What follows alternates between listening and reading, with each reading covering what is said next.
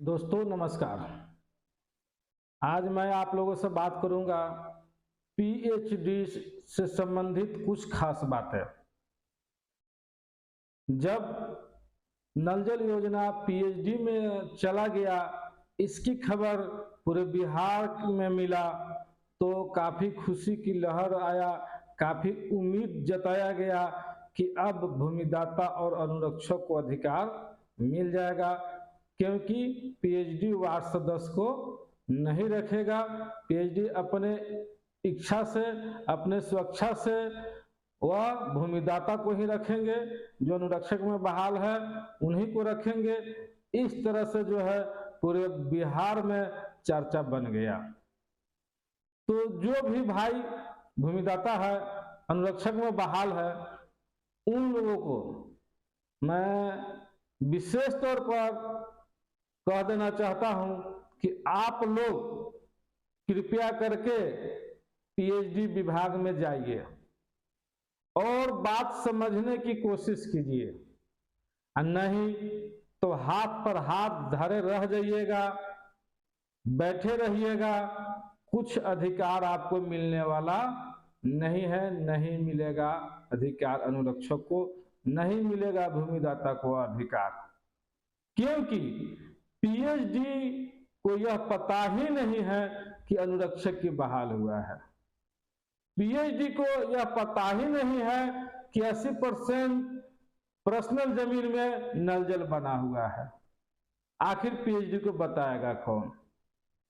क्या आपको लगता है पंचायती विभाग के जो भी अधिकारी है वो पीएचडी को कहेगा कि अनुरक्षक के बहाल हुआ है, या 80% प्राइवेट जमीन में नल जल लगा हुआ है? नहीं कहेगा, क्योंकि पंचायती विभाग जो है आज तक पीएचडी में चल जाने के बाद भी 29-35 लेटर को गा रहा है।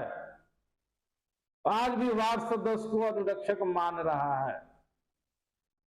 इसलिए सभी भूमिदाता भाई से, सभी अनुरक्षक भाई से मैं आग्रह करना चाहता हूं कि आप लोग संगठन बनाकर रखिए, आप लोग संगठन को मजबूत रखिए, और आपकी संगठन, आपका समूह अगर पीएचडी विभाग में नहीं जा रहा है तो आप पर्सनल अकेला भी पीएचडी विभाग में जाकर के और पता कीजिए कि पीएचडी विभाग अनुरक्षक के पद पर किसको रख रहा है। इतनी तो जानकारी कम से कम आप पीएचडी विभाग में जाकर ले सकते हैं और अपनी समस्या भी आप रख सकते हैं। जब आपकी बात पीएचडी विभाग सुनेगी, लेकिन आपकी बात को अगर पीएचडी विभाग नहीं मानेगी, तो फिर आप एक समूह के माध्यम से पीएचडी विभाग में जाएंगे तो आपकी बात को पीएचडी विभाग जरूर मान लेगी। क्योंकि हमें प्रत्येक जिला से कॉल आता है और हर एक जिला के हर तरह के नियमावली सुनने को मिल रहा है। मैं अपने जिला में गया, अपने प्रखंड के पीएचडी में गया, हमें भी बहुत सारी जानकारी प्राप्त हुई, तो मैंने सोचा कि मैं क्यों नहीं साझा कर दूं। क्योंकि जब दूसरे जिला से कॉल आता है तो यह कहा जाता है कि जो भी भूमिदाता जागरूक है, जो भी अनुरक्षक जागरूक है, वो पीएचडी विभाग में जा रहा है और अपना नाम दर्ज करवा ले रहा है। लेकिन यहाँ के भूमिदाता, जहां के अनुरक्षक जागरूक नहीं है, कुंभकर्ण की नींद में सोया हुआ है, वहां ऐसा कुछ नहीं हो रहा है। वहां वार्ड सदस्य का नाम ही अनुरक्षक में दिया जा रहा है। तो मैं अब आप लोगों को बता दूं कि मैं जब पीएचडी में गया, मैं जब पीएचडी में के अधिकारियों से बात किया तो वहां क्या बात हुआ। जब मैंने पूछा कि आपके पीएचडी में अनुरक्षक के पद पर किसको रखा जा रहा है, तो हमें पीएचडी विभाग ने बताया कि पीएचडी विभाग से जितने भी नल जल पहले से बना हुआ है वो पीएचडी विभाग भूमिदाता को ही रखे हुए है। लेकिन आज अभी जो पंचायती विभाग से चार्ज पीएचडी विभाग में आ रहा है, उसमें पंचायती विभाग के जो अधिकारी है जेई, उन्होंने वार्ड सदस्य के नाम अंकित कर रहा है। अनुरक्षक के जगह पर वर्तमान जो वार्ड सदस्य है उनका नाम लिख करके चार्ज सौंप रहा है। जब मैंने पीएचडी विभाग को कहा कि सर प्रत्येक वार्ड में अनुरक्षक की बहाल हुआ है, 80% नल जल जो है प्राइवेट जमीन में है, फिर जो है यह अनुरक्षक की जगह पर वार्ड सदस्य के नाम आ रहा है, यह कैसे?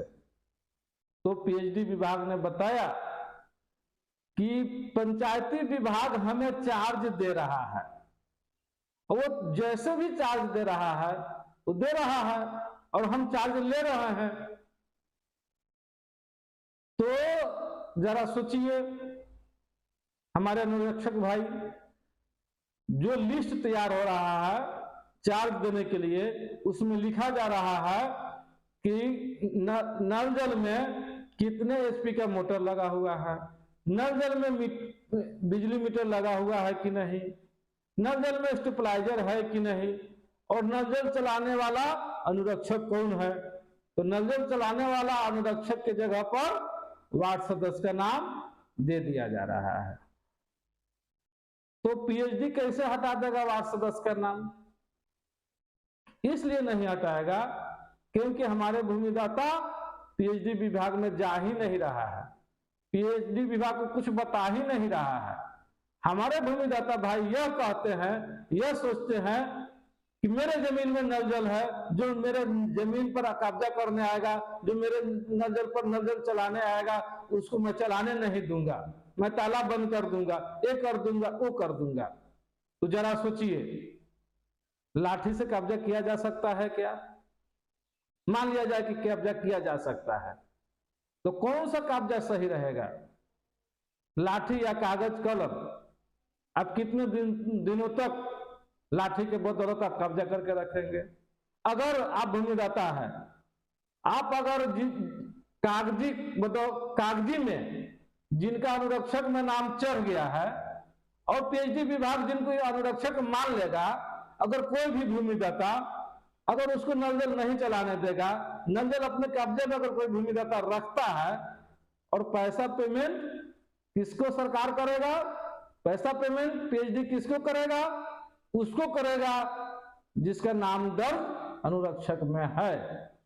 तो जरा सोचिए, पानी भूमिदाता चलाएगा, भूमिदाता के कब्जा में नल जल रहेगा और पैसा उस वार्ड सदस्य के खाता में जाएगा, और पीएचडी उसको मानेगा कि यही मेरा अनुरक्षक है, यही मेरा पानी चला रहा है। तो आपको कब्जा करने से क्या लाभ, कब्जा करने से क्या फायदा? अगर कब्जा करना है तो आप कागज के बदौलत आगे बढ़िए, कलम के बदौलत आगे बढ़िए।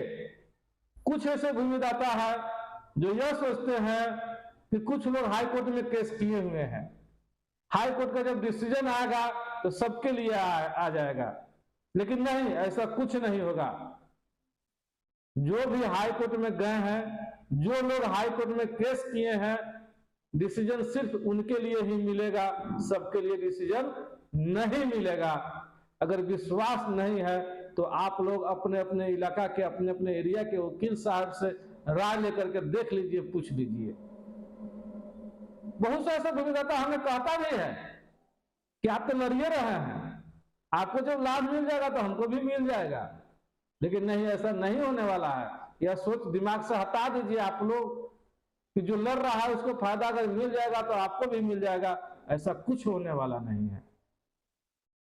तो बिहार के जितने भी नल जल भूमिदाता है, अनुरक्षक है, सभी भाइयों से मैं आग्रह करना चाहता हूं कि आप लोग पीएचडी विभाग में जाइए और पीएचडी विभाग का जो नियम है उसको जानिए, और वो पीएचडी विभाग में जो चार्ज सौंपा जा रहा है वो किस तरह से सौंपा जा रहा है, अनुरक्षक में किसका नाम दिया जा रहा है, यह सब जो है आप लोग जानकारी लीजिए।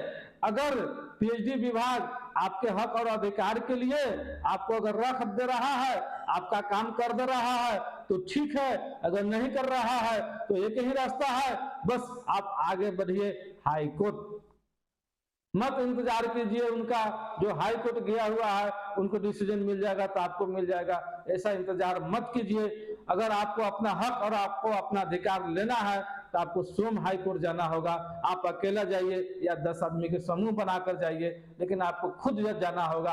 आप अकेला जाइएगा तो ज्यादा पैसा खर्च होगा, 10 आदमी 5 आदमी के समूह बनाकर जाइएगा तो कम पैसा खर्च होगा। बस आपको अगर अपना अधिकार लेना है तो आप देर मत कीजिए, क्योंकि 4 साल 5 साल से यही देखा जा रहा है कि आज तक पानी चलाने वालों को पैसा नहीं दिया गया, लेकिन वही जो पानी नहीं चलाया है वार्ड सदस्य उनके खाते में 24,000, 48,000, 12,000, 18,000 इस तरह से रुपया डाला गया और सारे वार्ड सदस्य पैसा उठा कर जो है ऐश कर रहा है और अपना काम कर रहा है, लेकिन नल जल चलाने वाले अनुरक्षक को अभी तक 1 रुपया नहीं दिया गया है। बिहार सरकार को भी आप देख ही रहे हैं कि किस तरह से बिहार सरकार लगातार पैसा भेज रहा है। पहले 500 रुपया का महीना मानदेय भेजा, फिर 1,000 का मानदेय भेजा, अब 2,000 का मानदेय भेज रहा है। क्या कभी किसी को पैसा मिला है? नहीं मिला है। तो यह सरकार जो है आंधी नगरी चौपट राजा वाला बात है। यह सरकार पैसा भेजेगी लेकिन किसी अनुरक्षक को 1 रुपया मिलेगा नहीं, क्योंकि यह सरकार खोजने वाला नहीं है अपने अधिकारियों से कि पैसा जा रहा है तो कहां जा रहा है। तो दोस्तों, अभी का नल जल का जो समस्या है, नल जल का जो स्थिति है वह इस तरह हो गया है कि जिसकी लाठी उसकी भैंस भला कहानी है, जिसकी लाठी उसकी भैंस। तो इस तरह से काम नहीं चलेगा। आप लोग कागज की लड़ाई लड़िए, आप लोग कलम की लड़ाई लड़िए और हाई कोर्ट में हर एक अनुरक्षक पहुंचिए, हर एक भूमिदाता हाई कोर्ट में पहुंचिए। हाई कोर्ट के शरण लेना एकदम जरूरी है, क्योंकि पंचायती विभाग ने पीएचडी विभाग को जो भी वार्ड सदस्य है उनका नाम अंकित करके दे रहा है।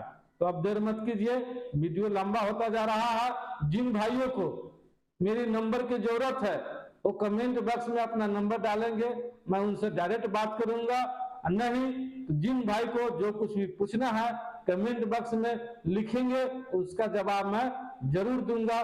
तो चलिए मिलते हैं अगले वीडियो में। आज के लिए इतना ही।